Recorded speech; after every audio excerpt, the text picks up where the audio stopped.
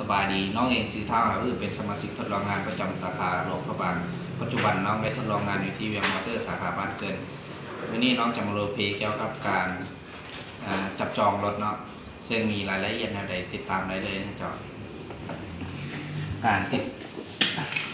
การจับจองรถเนาะก่อนอื่นเมื่อเขาต้องเบิ่งว่ารถรุ่นใดหรือยี่ห้อใดที่เขาได้ขายดีที่สุดเนาะในมอเตอร์ของเขาเนาะจากนั้นเราก็เข้าไปในบอร์ดการขายรถเนาะแล้วไปที่เซ็นเตอร์สต็อกซึ่งจะเป็นสต็อกของร่วมพัฒนาเนาะแล้วก็เข้าไป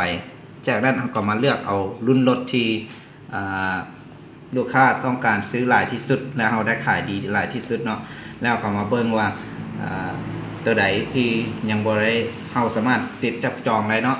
ซึ่งตัวที่เราสามารถติดจับจองได้เอาก็เข้ามาว่าต้องมีตัวรอการขายและการรอซ่อมที่เราสามารถติดจองได้นะจ๊ะจากนั้นสมมติเป็นรถคันนี้เนาะเป็นรถคันนี้เราต้องเบิ่งว่าเป็น Honda เป็น Kick เป็นรุ่นที่เราได้ขายดีที่สุดในระยะนี้เนาะเราก็เข้ามาตัวนี้แล้วมาตัวสีบัวนี้เอามาติ๊ก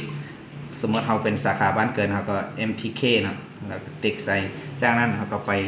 เมนู BCT เนาะแล้วก็มาทำสแตมป์หลังจากที่เราทำสแตมป์เนาะมันจะขึ้นมาเวลาวันที่เราติดจับจองเนาะเมื่อเราติด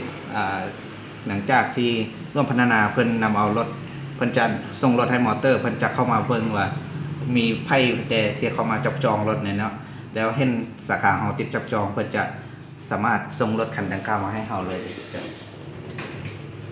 เจ้าผ่านการโรลเพลย์ของน้องมาฮอดนี่ก็สิ้นสุดลงเพียงเท่านี้นะเจ้าขอบใจ